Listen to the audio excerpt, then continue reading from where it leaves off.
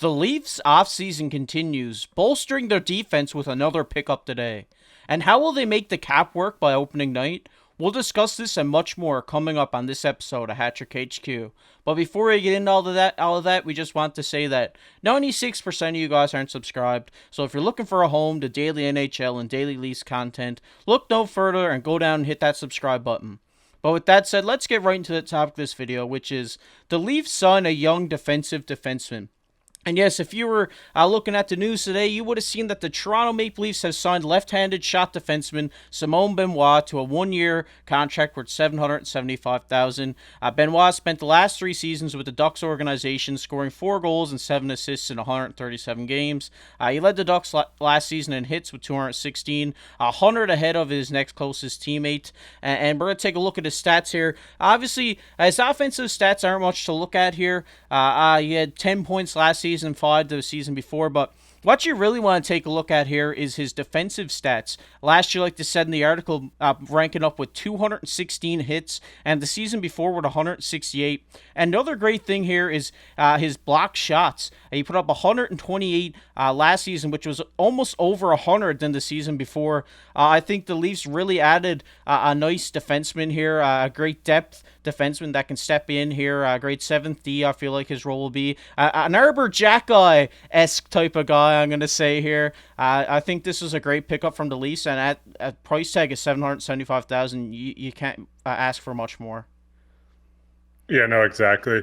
The big thing is, like, you look at the Leafs this year, they lost Justin Hull and Luke Shen in free agency. And if you look at two of those guys, they were one of the two most, like, they laid the most hits out of the Leafs defense. You look at a guy like Hull, I think he had 140, close to 150 hits, and that was the most on the defense. Obviously, Luke Shen would have a lot more if he played the entire season there. But it's kind of the situation where, like, you do have a lot of offensive guys, you have a lot of shutdown guys, and a guy like McCabe and Brody. But it's always nice to have this, younger left-handed defenseman that can kind of fill the role for Giordano when he's out. You have a guy that's going to lay hits, he's going to be physical, he'll fight for you, he'll block shots, and like as a 7th, 8th D, I think it's a perfect fit. Obviously, every team's going to deal with injuries and such and such. So I think you have a young guy, he has a lot of games. He played 78 games with the Ducks. The plus minus wasn't the best, but I mean, no one on the Ducks had a good plus minus last year. It was one of the worst we've ever seen. So I think, if you can slot him into maybe 20, 30 games, just kind of give Gio a rest, lay some big hits, play some defense, block some shots. I think he's the perfect fit for the Leafs. Yeah, definitely. I have to agree with you. I think, like I've been vocal on this channel before about the Leafs adding grittiness, and I think that's what they did here with Benoit. I think, he's an RFA, I believe, after this season too, so you might be able to get him on a cheap bridge deal next year as well if he plays good.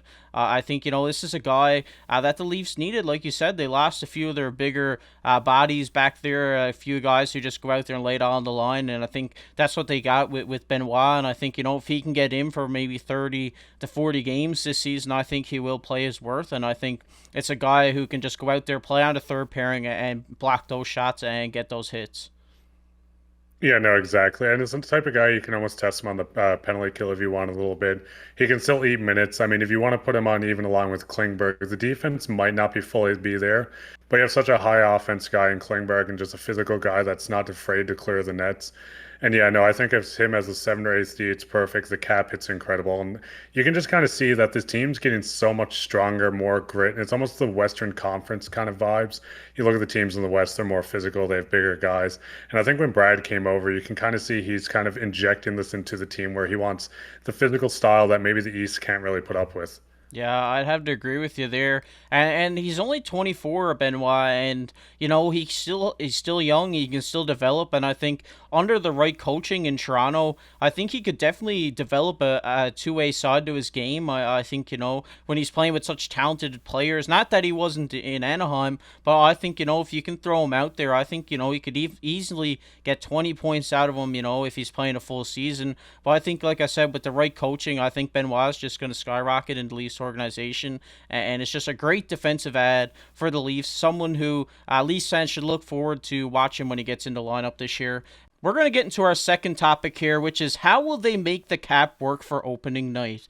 And if we take a look at the Leafs decor without Benoit in there now, we see Riley, Brody, Klingberg, McCabe, Liljegren, Timmins, and Giordano. Obviously, I think to make the cap work, you have to move one of these guys, and I think, unfortunately, that guy is probably going to be Connor Timmins. Right now, the seventh D for Toronto. So I feel like if they want Benoit to have a spot in the NHL for opening night, they're going to have to move that guy, or maybe move Timmins down to the AHL. What do you think, Mark? What are your thoughts on them making how they would make the cap work this season? Yeah, the biggest situation with the Leafs, you have so many guys that you can send down, but I think a lot of these guys will be claimed. I mean, you look at Timmins, I think a team's going to end up just taking him if he goes through waivers. Same with a guy like Martin Jones and so on and so on. So it's a situation where you almost need to clear a decent bit of cap. By a decent bit, I mean maybe 2 million if you can, which does put Calle Yarncroke in a weird situation. Obviously, I think Callie's a great third line guy. I think he's going to produce. He's a gritty kind of guy. He can still put up 20 goals for you. But you kind of get in the situation where you have so much forward depth on the Marlies, like a guy like Bobby McMahon, for example, who I'm a big fan of. And I think it's almost a situation where you can kind of sacrifice a tiny bit on offense. I mean, you can get a guy like Josh Bailey or Tatar or Phil Kessel through free agency to kind of fill that role on a cheap deal and just kind of move his $2 million contract. That kind of give you more flexibility to have, the extra forward, the extra defenseman, and just kind of rotate a couple guys down in the bottom pairing. Because, it's in the situation now where I think it was 100K over the cap, even with just running their 9 forwards, their 60, and just 2 goalies. And that's a guy like Timmins and Martin Jones being lost for nothing in that situation. Yeah, I definitely had to agree with you there. I feel like Yarncroke is in a weird spot. Like you said, he's got a $2 million contract right now, and that's just about what the Leafs need to clear to make opening night. And I think, like we talked about in the previous videos, the last 2 days about people that the Leafs could pick up.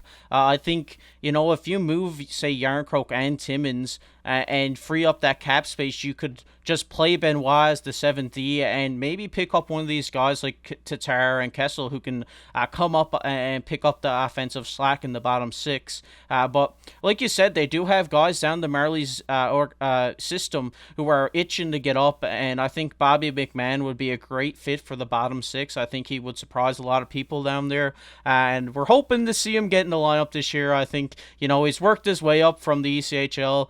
We're hoping that he gets a shot in the NHL this year, so stay tuned for the Bobby McMahon, because we're really high on him, and we hope we get to see him get a shot this season. But we're going to get into our next segment here, which is Comment of the Day. And the comment of the day today goes to User J. And he says, have you guys been into the Newfie Screech? Obviously, being from Newfoundland at one point in your life, you got to get into the Newfie Screech. Always turns into a rough night. What's your experience with it, Mark?